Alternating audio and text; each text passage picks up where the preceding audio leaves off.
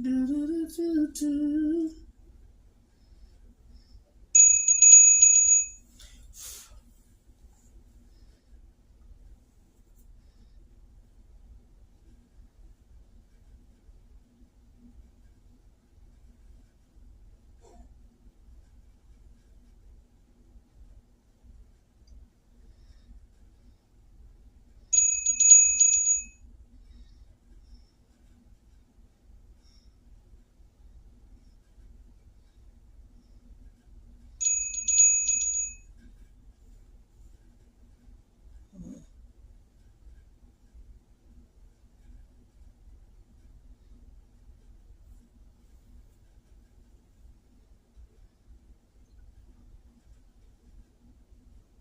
Do, do, do, do, do.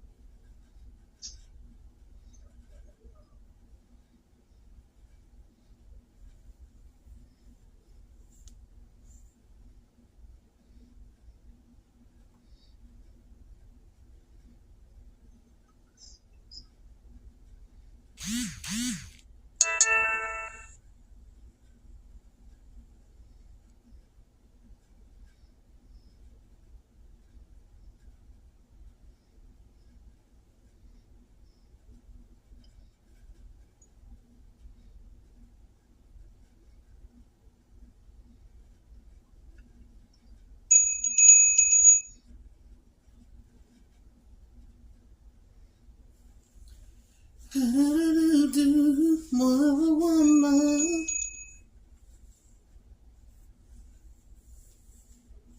Oh, my baby. You handsome mitty cat. Him so freaking handsome. Him so freaking handsome. That handsome mitty cat. Oh, my baby.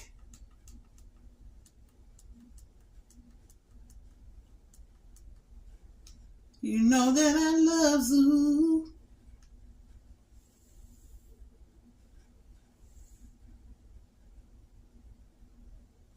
Thank you. I love those gambling gifts.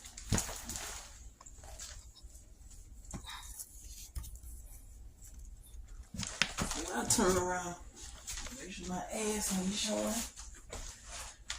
Hey, my baby. I see Zoo over there.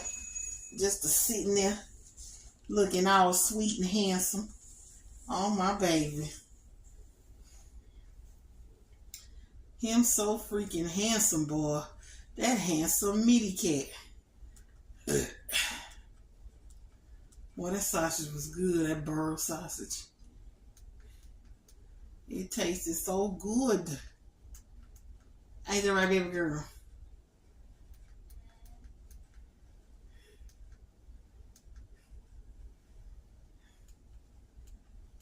Him. Him so freaking handsome over there. Mama, baby. There are some people who, the moment they step into your home, might unknowingly take away your wealth, your health, and even the peace within your family.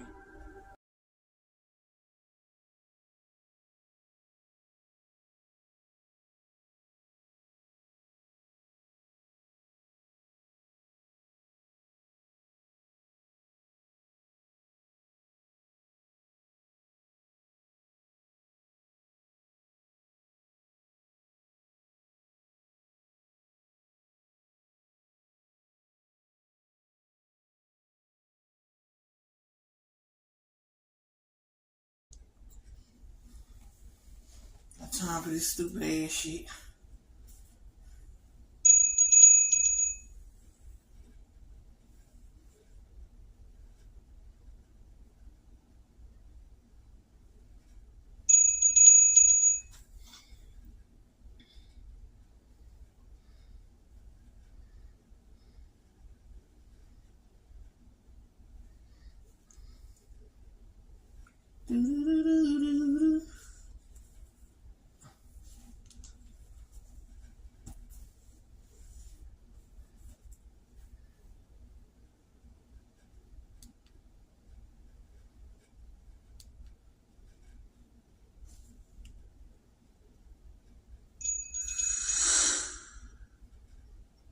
In this house, inside of this bedroom, a horrible crime.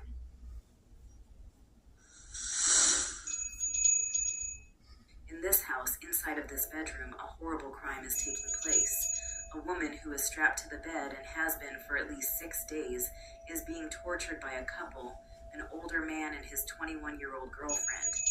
Both of them had suspected that the woman they've held hostage has stolen something from them, and since they've both been on a week-long binge of illegal substances, they're paranoid and not thinking straight, and right now they're very dangerous. The things they're doing to this woman right now is unimaginable and can land them in a lifetime of prison if caught. Because they're so high and adrenaline racing because of the substances, it doesn't seem like they're going to stop harming her anytime soon. Problem is, if this couple is found out and implicated in this act, the world is going to see that this heinous crime is being committed by one of the most famous, wildest funk rock stars that ever lived. Rick James? Wow, I didn't know he was capable I'd like of to shit issue a trigger like that. warning. This is not your average celebrity documentary. It peels back the mask, and underneath there are stories of abuse, manipulation, and unspeakable harm done to the most vulnerable. Children, animals. Watch at your own risk, because what lies ahead is unsettling, unforgettable, and real, and viewer discretion is greatly advised. Some people are born with a gift, some have many, but what if one of those gifts comes with a curse of chaos, sex, drugs, funk, chaos? Rick James was a fire that burned too bright, too fast, but behind the super freak persona was a man haunted by demons, some of his own making, some that seemed to follow him from the moment he was born. From the eerie coincidence that almost made him a victim of the Charles Manson murders, to escaping the FBI at only 16 years old, to the addiction-fueled crime spree that landed him behind bars, it seemed this man was destined to be wild and free. This is the story of Rick James, a man who lived and died in the grip of something far more powerful than he could ever control: chaos. Rick James once said, while in jail, "I'm just a natural, defiant man." And his cellmate, a man by the name of Brother Guru, replied, "Maybe you should give your defiance up to God." Wise words. Perhaps if Rick James had done just that, then maybe he would have lived longer, been in less trouble, and hurt less people. But, then again, we wouldn't have had the self-proclaimed king of punk funk, the Rick James musical talents, nor the harrowing stories to hear about, and life may be just a little bit more boring because of it. Singer, songwriter, and record producer, Rick James was born James Ambrose Johnson Jr. on February 1st, 1948 in Buffalo, New York. Being the third born to Betty Gladden and James Ambrose Johnson Sr., Rick magically didn't seem to have to work hard to be seen out of his 8 siblings. It oftentimes appeared that he was his mom's favorite. They were very close and did everything together. While growing up in the all-black neighborhood of the Willard Park housing projects, Rick and his siblings grew up in a Catholic household. They had to attend Catholic schools, and Rick was also an altar boy at the local Catholic church. His mother Betty ran a strict household full of rules and discipline, but none of that would be able to hold the young, rambunctious Rick. After all, even though she had a religious, strict home, he'd learned his first list of crimes from his mother. For years, as he and his siblings were growing up, they unfortunately had to watch as their father beat their mother in front of them. After a while, James Sr. abandoned his family completely and left the home when Rick was just 10 years old. Betty, now left with raising her large family alone, turned to crime to make a living. She'd already tried her hand at being a dancer for Katherine Dunham and also worked a job as a cleaner. And when that didn't work out, she began running numbers down at the local bars and clubs, having dealings with the local mob bosses of Buffalo. These were the times when Rick and his mother would become the closest. Every Saturday, she took her little boy, hid him under her large winter coat, and snuck him inside the bars. He knew to hide under the club tables and sit still while she handled business with the dealers. Rick loved this. For one, it was because he was able to spend time doing something adventurous with his mother, and also because he was able to watch the live bands play. It was here where he got a chance to see one of his favorite singers in the world perform, Etta James. And after watching her, he knew exactly what he wanted to do with his life: be a star. Because Betty saw the desire and drive in her son at an early age, she began to encourage him to play music and filled his head with confidence, letting him know that he was good enough to be a musician. They listened and studied music together, listening to jazz, R&B, and rock and roll. Rick especially took a liking to Big Mama Thorpe. While Betty continued trying to make money for her family, oftentimes Rick's oldest sister, Camille, had to raise her younger siblings and took on role as the mom. But there's only so much a teenage girl can do with a house full of kids, and because of this allowed Rick to get into some trouble, or at least trouble found him. At the age of 9, while Rick was a student at a local Catholic school, he was approached by a 14-year-old girl by the name of Nancy. Nancy persuaded Ricky to follow her downstairs to the basement of an abandoned building. She created a makeshift bed and laid on it. She made him do grown things that he didn't understand, and when he tried to run away, she called him back to finish the job. This messed Rick up in the mind, because he couldn't understand his body or what siblings and took on role as the mom. But there's only so much a teenage girl can do with a house full of kids, and because of this allowed Rick to get into some trouble, or at least trouble found him.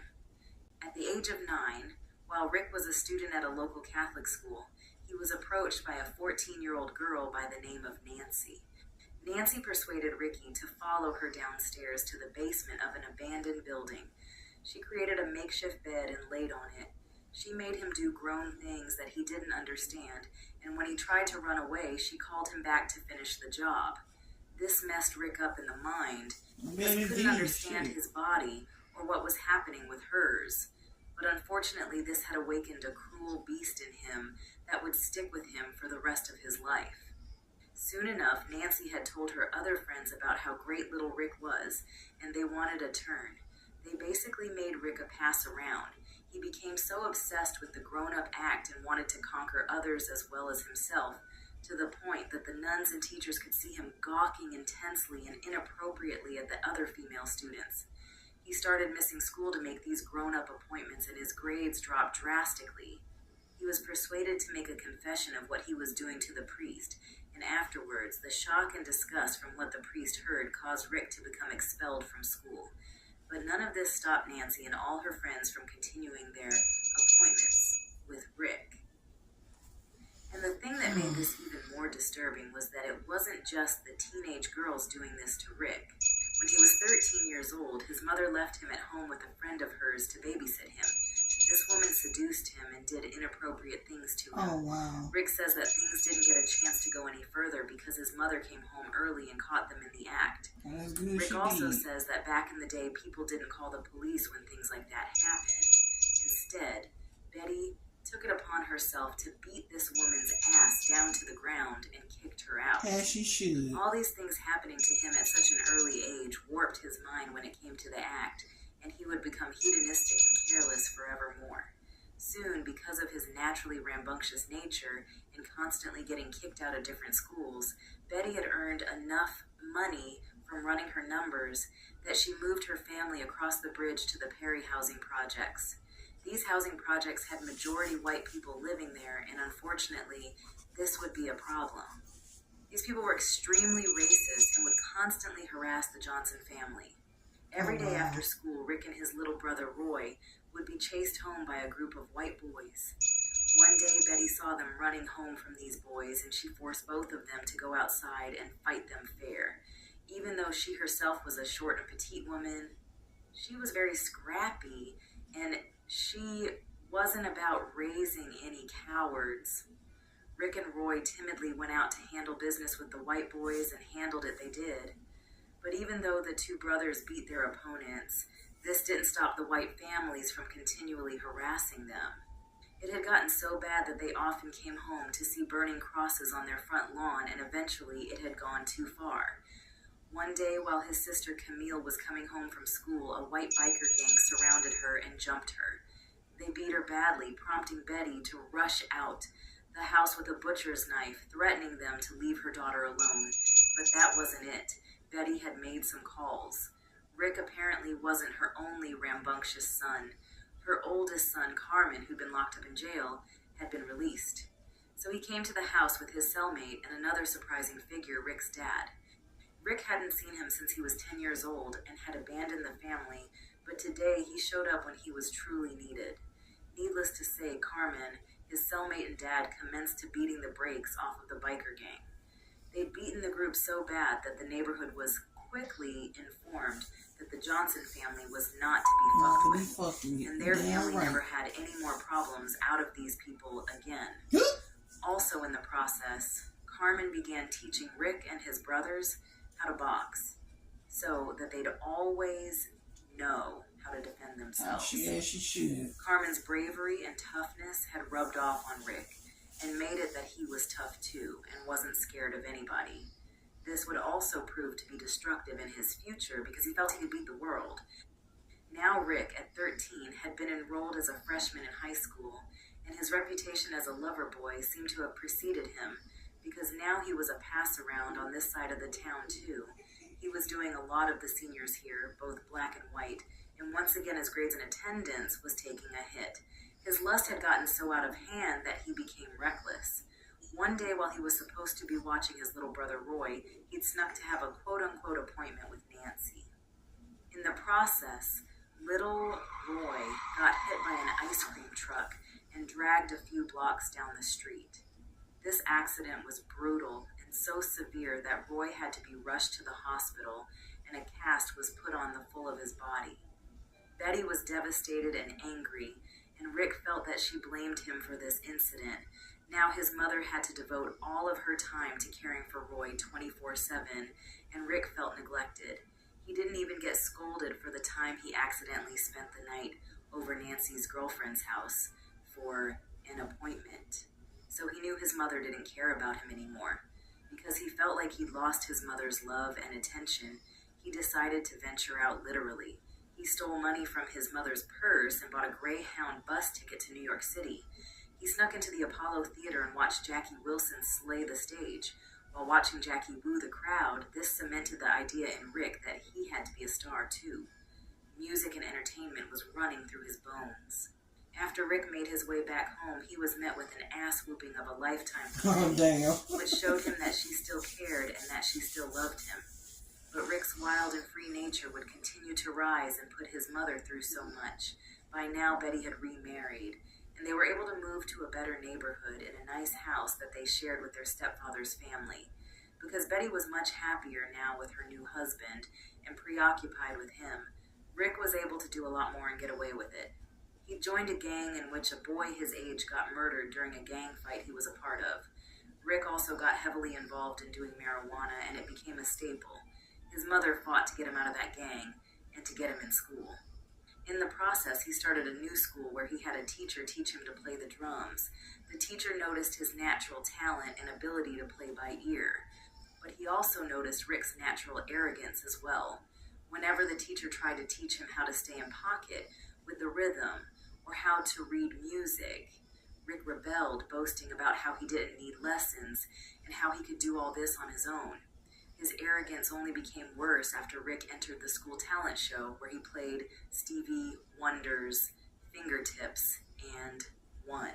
Nobody could tell him he wasn't already a star, and it didn't help that this burst of sudden popularity brought on more girls, which meant more appointments. both black and white. And like clockwork, his grades dropped as well as his attendance, and once again he was kicked out of school. Because he'd been expelled from so many schools, he was considered a juvenile delinquent and had to go to Grover Cleveland, a school for delinquents. This would become a problem immediately. This school had a huge racial problem because there was a big rift between the Italian students and the black students. There was constant fighting between them, and a lot of the black students were getting harmed. It didn't help that a lot of the Italian students were children of the mob, the very same mob that Rick's mom ran numbers for. She quickly pulled him out of school, and at only 16 years old, Rick was officially a high school dropout. Because he had nothing but free time on his hands, Rick went back to his gang in trouble. His mother's friend and fellow numbers runner, a man by the name of Brother Malcolm, came into Rick's life and had a positive effect on him. He's the one that made Rick interested in Afrocentrism and African roots. He led Rick to the Afro Center, a place that showed black pride and taught African dance. This is where they taught Rick how to play percussion. He cited this place as the place that helped him to appreciate his roots and being black. But that wouldn't last long. One day the Afro Center had a picnic, and while they were having fun, a group of racist white men came through chasing a young black girl with tiki torches. Brother Malcolm yelled for everyone to run and get to the school buses to flee, but Rick wanted to stay and fight. He questioned Brother Malcolm on why they were running instead of fighting back. And Brother Malcolm said because it wouldn't solve anything. Rick lost respect for him and the Afro Center, and he refused to ever go back. Instead, Rick went back to his gang and the drug dealers, and he did way worse than before. He got heavily involved with heavy substances like heroin at only 16 years old. Brother Malcolm, who'd been looking for him, saw how strung out he was. He took Rick to Rick's aunt's house and she forced him to go cold turkey. After 5 long, hard days of sweating, vomiting, and being severely sick, Rick beat the quote-unquote dragon, and they vowed to never let his mother know about this. So he kicked this horrible habit, but there was a new issue, the draft. Young men in America were starting to get drafted away to the Vietnam War, and Brother Malcolm persuaded him to sign up for the Navy Reserves to avoid the draft. And not only would he not have to go to war, he could go to school for free and get a monthly check. Because Rick was too young to do this, he lied about his age and signed up for the Navy Reserves. A lot of young boys were doing this to try to avoid war and jail time. And the military actually knew about this, but turned a blind eye in order to obtain their draft numbers. After signing up to pass the time until training camp started, Rick joined a music group called the Duprees, playing drums. He played locally and had great gigs, one being with Thelonious Monk. During this particular gig is when he realized he'd missed training camp and he got into serious trouble. But as you can probably see now, discipline wasn't in his nature. He had to be free, and the robotic discipline of the military couldn't hold Rick down. He rebelled, and because he did, soon he was to be deployed to Vietnam. Panicked, he remembered a conversation that he and Brother Malcolm had when Malcolm mentioned going to Canada for those who run there for desertion. So Rick decided to flee to Canada. Young Rick got on a Greyhound bus and took a 5-hour ride to Canada. As afraid as he was, he felt this was the best decision because he believed that the white Canadians would be nicer than the American ones. He was set for a surprise. As soon as he got off the bus, he was immediately met by a group of hostile white males who called him the N-word and asked where he was going. They surrounded him, getting ready to jump him. Rick, being a hothead and ready to go to blows, was ready to try and take them all on. But, fortunately for him, he didn't have to. Another group of white men came through and beat the hell out of the white group that was trying to jump Rick. After the first group fled, the ones that helped him introduced themselves, and as if unlimited luck was on Rick's side, they just so happened to be a band called the Hawks. Fresh off the bus in another country, Rick found himself having jam sessions with this group all night at different coffee houses and clubs.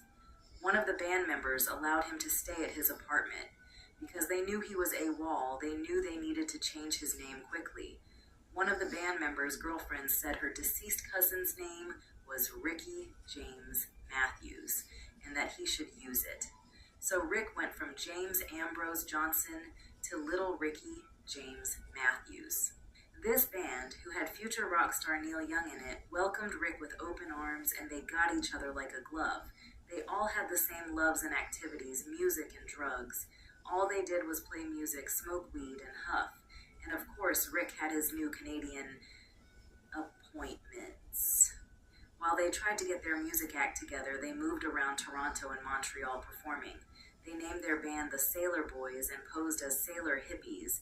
And finally, they settled on a new name called the Mina Birds. The Mina Birds became pretty popular in Canada and gave Rick the beginning of the musician life that he dreamed of.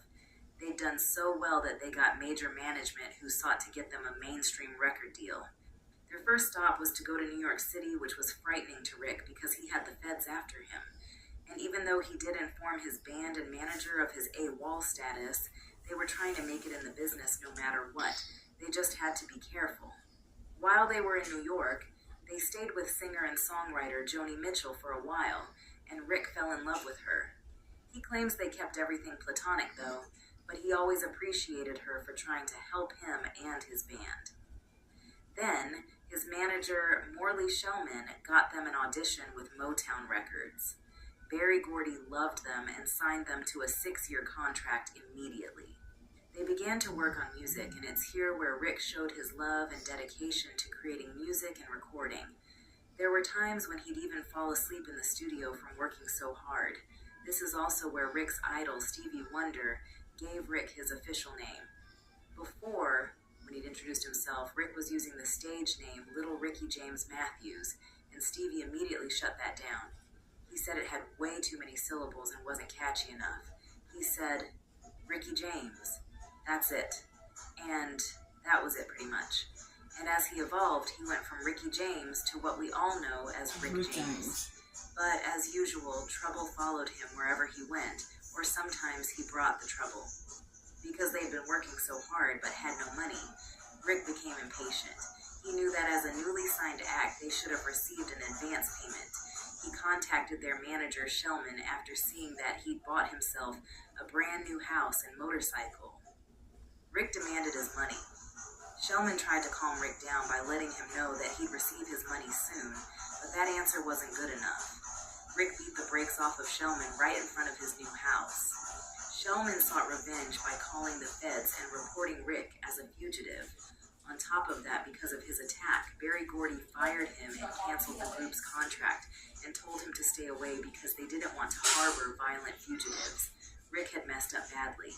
The feds ended up arresting him at his mother's house in Buffalo, and he was sent to Brooklyn Navy Yard Jail. Midnight. He's even like he's finna go Got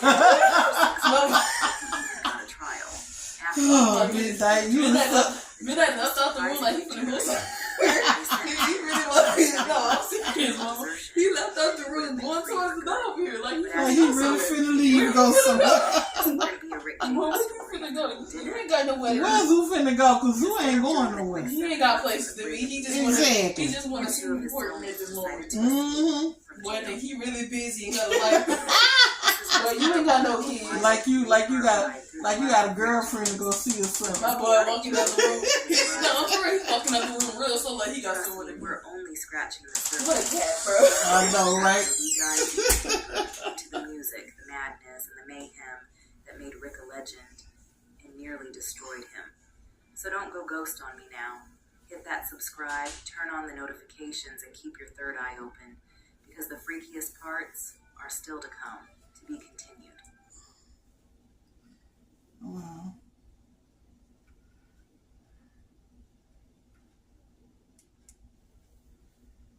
Mm-hmm.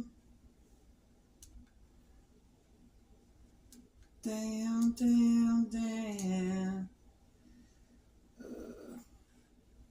A real impact on your life.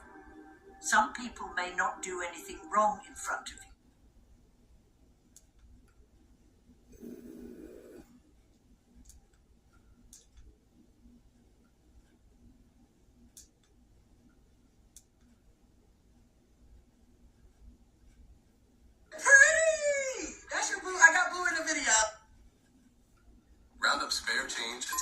stocks of Bitcoin. Can you use your Cash App card? Give me 17 cents on Bitcoin.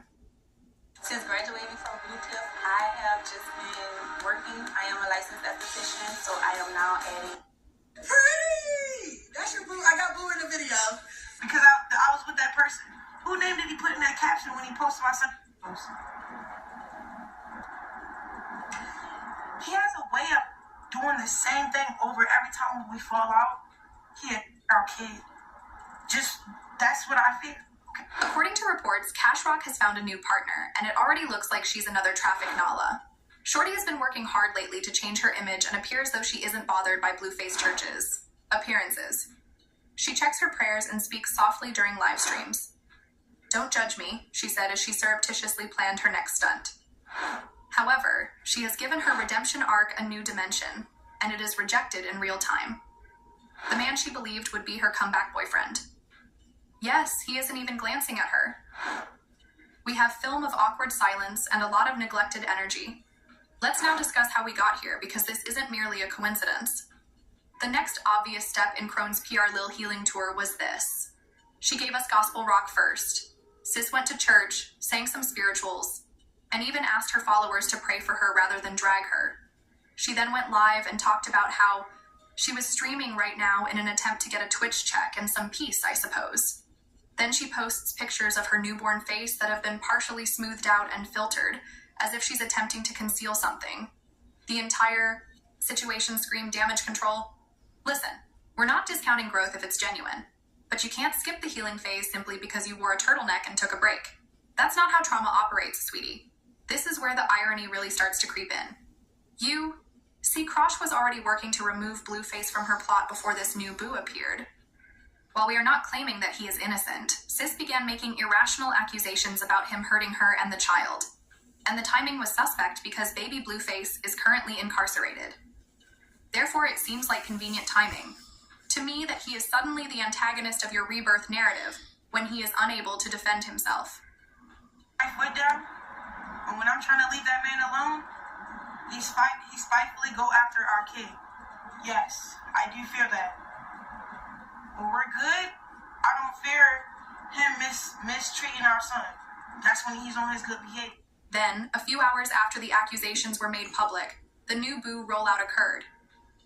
Friends in the background with their hair and nails done are screaming as if she just received a bouquet. Despite this, he appeared to be counting down the minutes until he could depart. It was provided where my Uber was, not where my girl was. Baby. Let's dive right into the moment, everyone.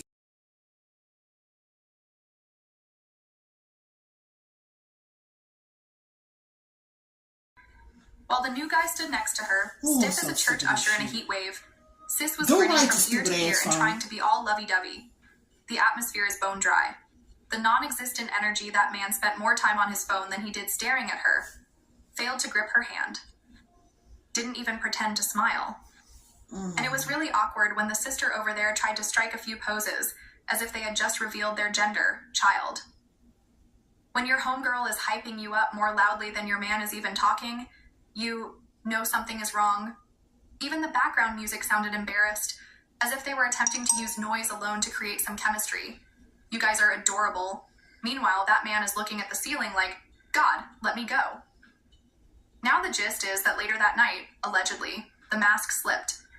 Sources close to her said, Khan had her eyes puffy and gave off energy of talking all soft like she just came from a therapy session. Sis was sniffing and rubbing, her eyes allegedly saying stuff like, I just feel like nobody loves me for real. I try to do right, and I still end up hurt. And for a split second, you felt that you really did. Because for all the mess she's in, there's still that little girl underneath, confused, scarred, and desperate to be loved properly. But then baby bounced back to her usual self and started talking about how that man just wasn't ready for me. He couldn't handle a real woman. Don't do that. He didn't ghost you. He just never joined up in the first place. Sis is trying to paint it like she's the one who walked away when the man didn't even walk toward her. And just when we thought she was going to spin a block for a clean exit, she went live again, talking about how she'd still get Blueface's name tattooed on her face low-key.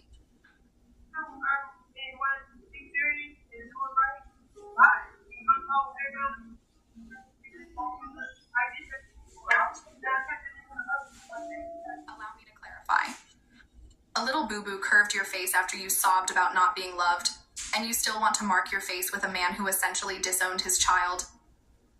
Please have mercy on a man who admitted on television that he wasn't even certain that was his child. Every time she attempted to go, the trauma had a GPS on her. Listen, everyone has that one ex. Feeling ashamed? We are in love, yet you're acting as though Blueface received the final vial of holy water during the rapture. It's draining. The kicker is this. She is attempting to perform for the entire church while all of this is going on. Girl rebranding. She shouts, "Amen," 1 minute, then talks about tearing it open for a man who treats her like spoiled yogurt the next. This is the part of the performance that always gets to me. Since CN made a concerted effort to appear as though she had her glow-up arc in motion while she was in public, baptized herself live, and wore long sleeves as if holiness would cover, up her folly and being genuine intention to give energy, I'm healed now. However, this girl is crumbling behind the scenes like a Popeye's bread without any honey. Her eyes were red from tears. Baby has no obvious emotional assistance, and each time she is turned down, she acts as though she was the one who rejected her. However, we are all aware that Crowan is still secretly clutching onto the hope that someone will fill that gap, and that the emptiness is getting deeper every day. Because it will become clear that this is about more than simply Crowant if we quickly zoom out. All of this is a microcosm of a larger issue. We live in a time when girls sharing Bible passages immediately after twerking in an attempt to get their man back, where the entire plot is revealed even if men remain silent in the club. Where unmarried mothers could handle PR damage management on their own children in an attempt to appear more attractive. Additionally, the largest facilitator of delusion is social media, kid. Everyone appears to be in love on camera, yet off camera. It's silent rejection and dull text that ignores DMs. We call it content when we watch highlight reels of people suffer. Appreciate you all so very much. Thank you all for coming through. Thank you, Pam. Thank you, everyone that came through. But keenly appreciate it. My time is now up. Catch you tomorrow night.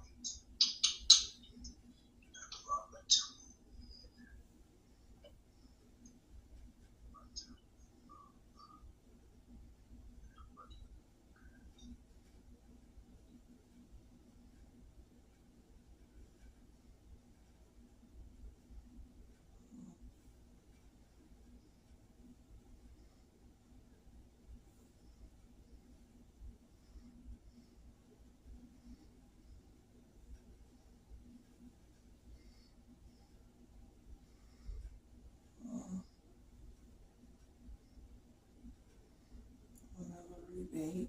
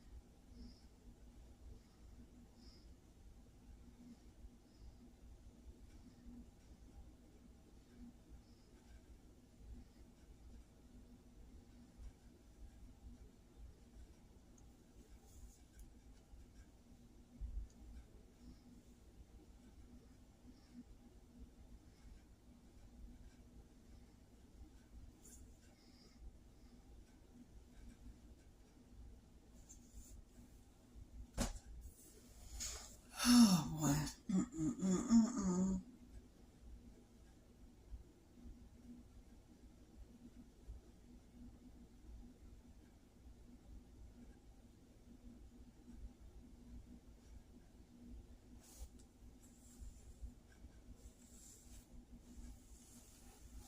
Damn, why do it look like somebody get somebody's head out there?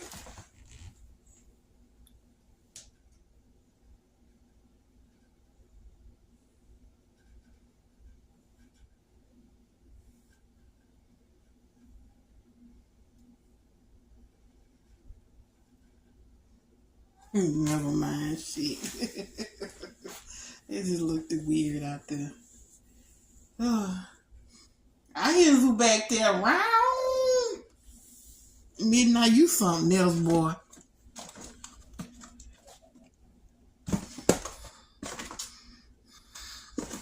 Zoo something else.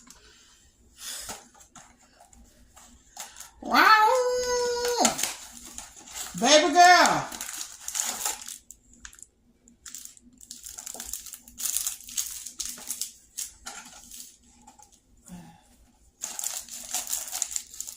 Midnight, I'm gonna pop your ass, I'm gonna pop your ass. I'm playing with your kid.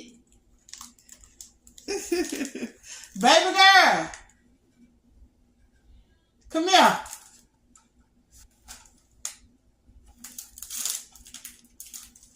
Can't smell it right now, but once it pop, hey, love me some popcorn. Love me some popcorn. Hey, hey, hey. You pop this popcorn for me. You funny. And look at him in the hallway. He follow you everywhere you go. Because he won't come in the room. Look at him. Hey, my baby. Just know that you are loved, Midnight. You are very much loved by us, honey. You're not the only one in a rut, Crone. The loudest person alive is her. Liv. This is the truth that no one is publicly attempting to express. Rejection isn't always about the other person. There are moments when it's you, your energy, the burden. You carry into every space, or the reality, that your recovered era is holding on by a glittery prayer and a wig-glued miracle, and that everyone can sense that you are still in love with your previous heartbreak. You won't be rejected by that new man because you, too much or too real. No grown man is attempting to cuddle with another man's ghost in his bed, sis. He just saw that you still have Blueface's fingerprints all over your soul. Crone broke then. Down, and perhaps she had to because sometimes the only thing loud enough to drown out your own delusions is a breakdown. And it looks like the fans figured it out because one fan commented, "I couldn't." Considering that she has a facial tattoo of another man, consider her seriously. Additionally, it didn't seem like he wanted to be there, and she's completely lost and perplexed, which is now bothersome. However, what do you guys think? Is Crone truly prepared for a new relationship? Or is she merely attempting to cover up a Blueface wound with a rebound that she hardly knows? Can you rebrand while still holding on to your past trauma? If not, what does accountability actually entail? Like, and at last, is there someone who can save money? Or does she need to save money? She first dropped their ideas in the remarks. Papá se ha vuelto loco por los pepinillos. ¿Tienes tu pickle glazed sandwich? ¿Tienes tus fried pickles? Pickle glazed wings? ¿Y qué? Pickle lemonade? No, oh hell no, that gotta be nasty. I try to pickle glazed wings and sandwich, but I would not the lemonade. Absolutely not. But my true calling is playing a new puzzle game, Royal Kingdom. That's why I started the Kevin Hart School, acting like Kevin Hart. So more people can actually take home.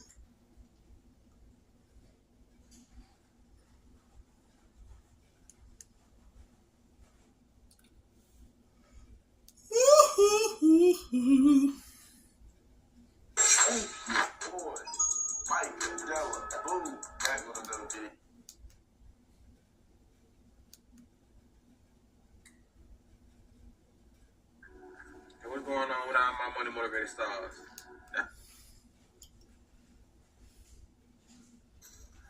Hey, your card now. My name is Carl Armstrong, and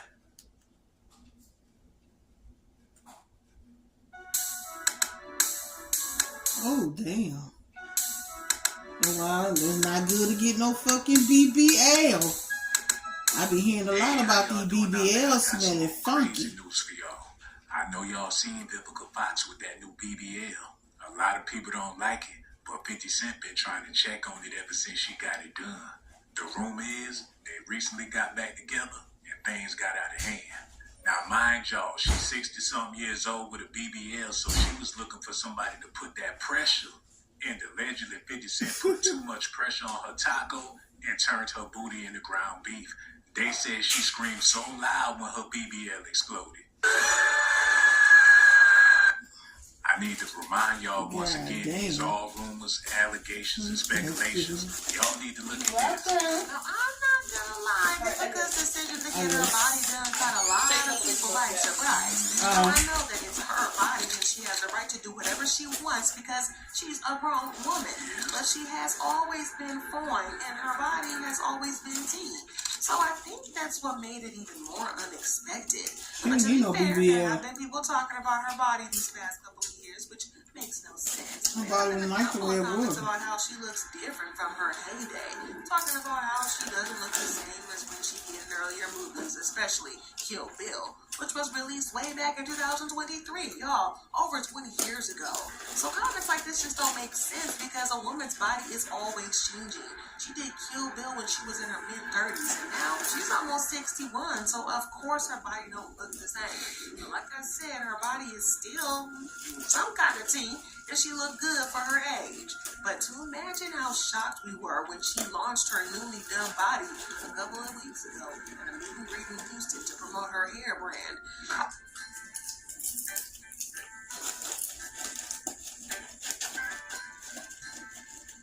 And that did not look right. Not Vivica. You should have left your body the way it was. Ain't no BBL, baby. I'm just saying.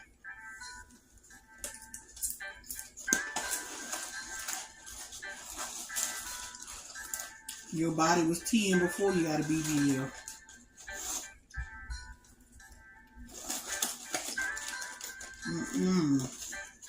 As you can expect, this sent the internet into a spin because you typically don't see women in their 60s getting BBLs or cosmetic surgeries like that, for that matter. I mean, sure, it happens every now and then. She had a big diaper booty. Tuck a little facelift, but most people you see getting BBLs are definitely in their 20s or 30s. But of course, fans had a whole lot to say.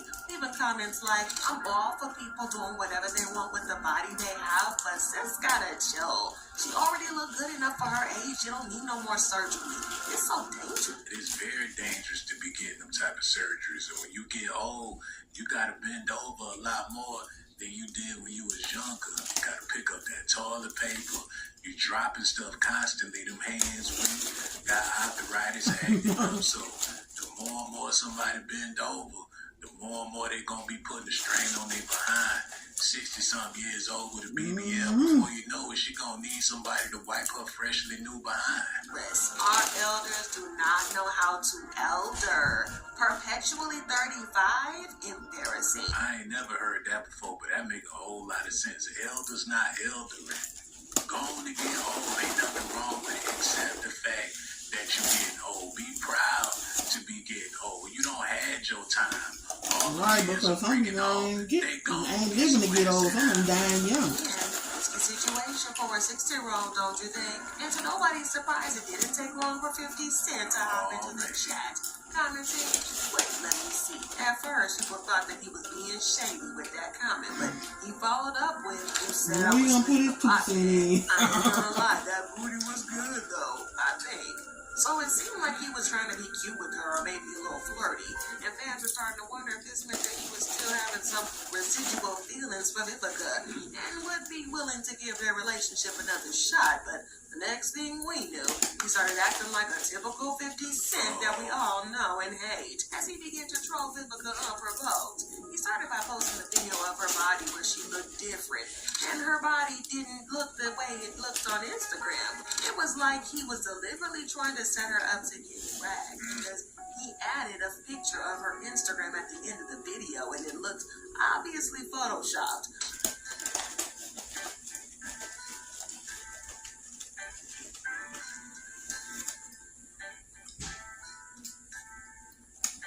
Look like her head about to pop off. She's 60-some years old. I hope her blood pressure all right. The rumor is that booty finally gave out, but I'm surprised her hair ain't gave out.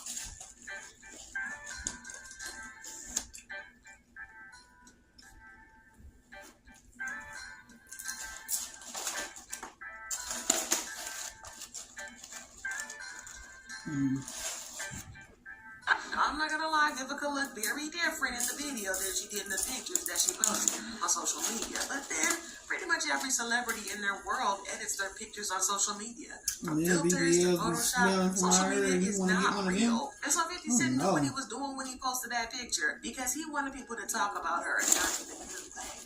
Vivica is not the one you want to play with. And according to an insider, she isn't so surprised that 50 has resorted to petty attacks, because he has always been like that. She finds his comments very vindictive for no reason at all, and has been threatening to cause him a whole lot of trouble if he doesn't back off. And girl, knowing Vivica, I wouldn't be surprised if she makes good on her threat to cause drama, because these two are as chaotic as they come. I mean, they have been broken up for more than 20 years now, but they still somehow manage to find time to throw shade and jabs at each other. There was one person who knows how to keep that energy with 50, it's Vivica. And these two have gone through a roller coaster of loving each other, then hating and loving and everything in between. From the first time they met at the BET Awards in 2003, when 50 was swept up by her stunning beauty. You know, I want to thank Vivica Fox for wearing that dress, too.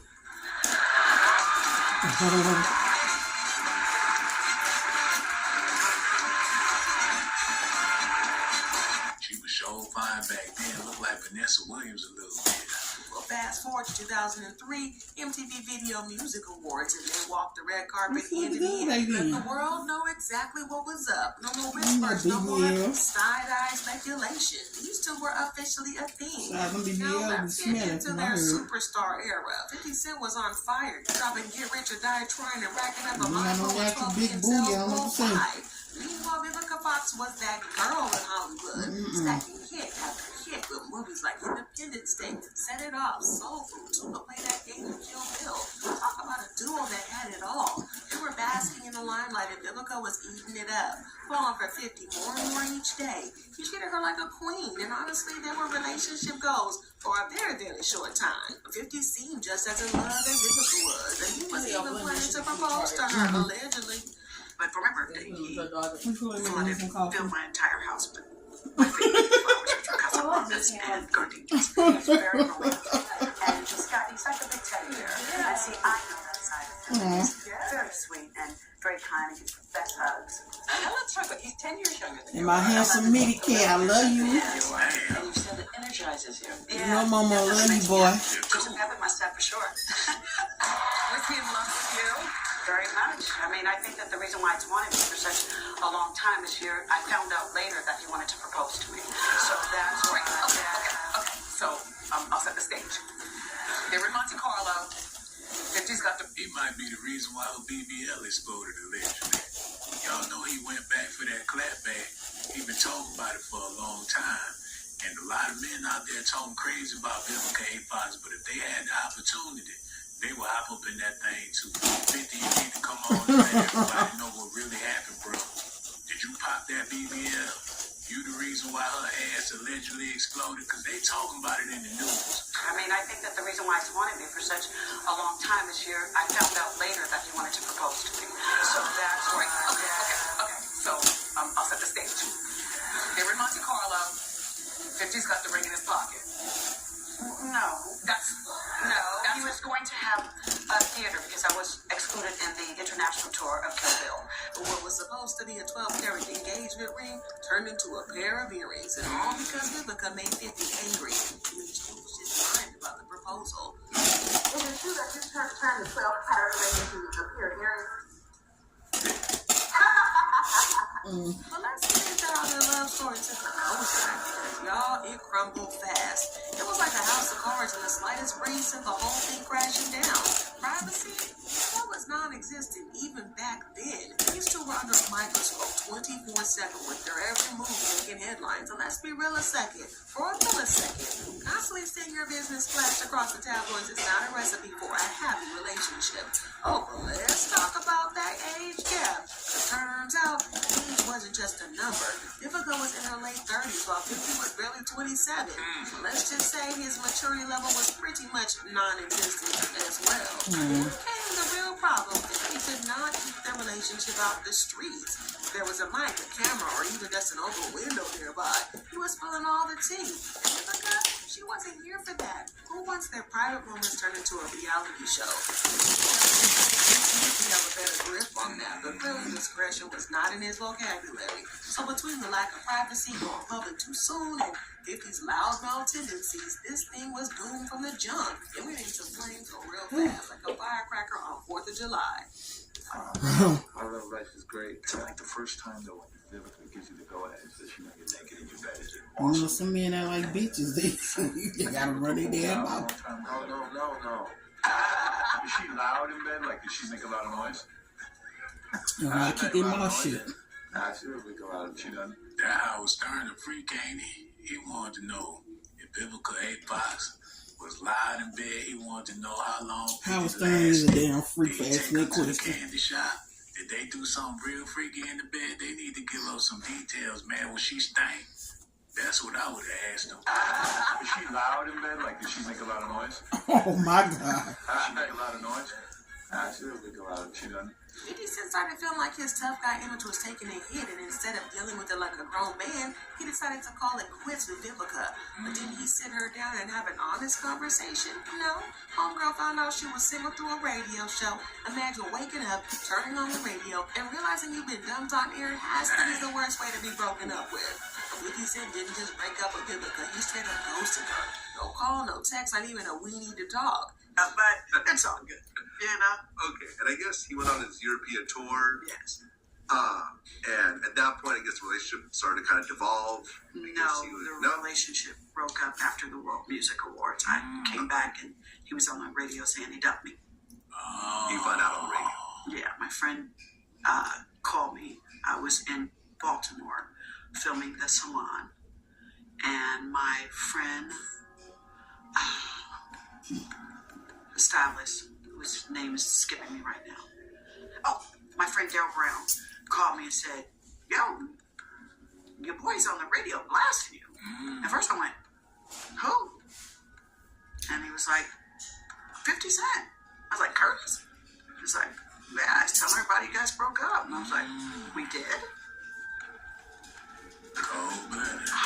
So he never personally said it. It's a rap. Okay. Radio.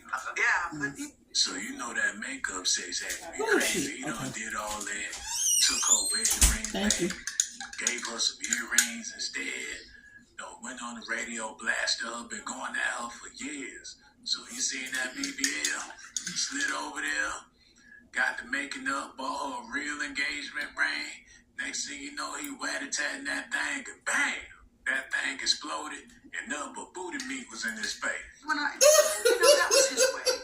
That was his way. When I look back at it now, he just up and disappeared like a magician at the end of a trick, leaving her completely shattered. If that wasn't bad enough, he didn't just leave, he ran his mouth. Instead of keeping it classy and cute, he started spilling all their business for the world to hear. And get this, he had the nerve to like a damn she female was using him for at clout. this point. Dump you or you dumped her?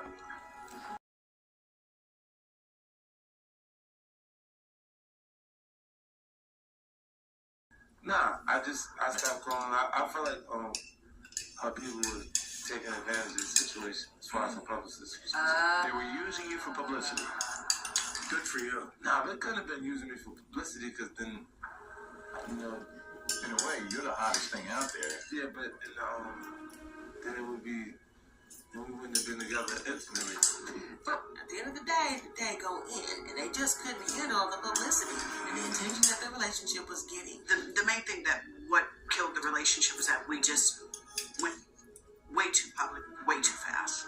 It was like a huge learning lesson for me. It was the first time that I went public with the relationship that I should have maybe taken the time to get to know him.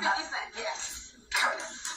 But y'all know how I said Vivica was not the one to play with. Well, she wasn't about to let 50 Cent come run her name through the mud without a fight. She had zero time for his nonsense and was not about to let him score cheap points by making her look like some clout chaser. So what did she do? She clapped back, and she clapped back hard. She wasn't about to sit quietly while he spread lies like he was on a press tour. No, ma'am. She made it crystal clear that she was never using him for publicity. And she sure as hell wasn't about to let him tarnish her name just to boost his own. That's right. If he thought he could play with her, he had another thing coming. Anyway, the relationship didn't work out, but the press lasted a lot longer than the relationship did. So, I mean, why do you think the press does that? Why do they, vilify the woman? Because when I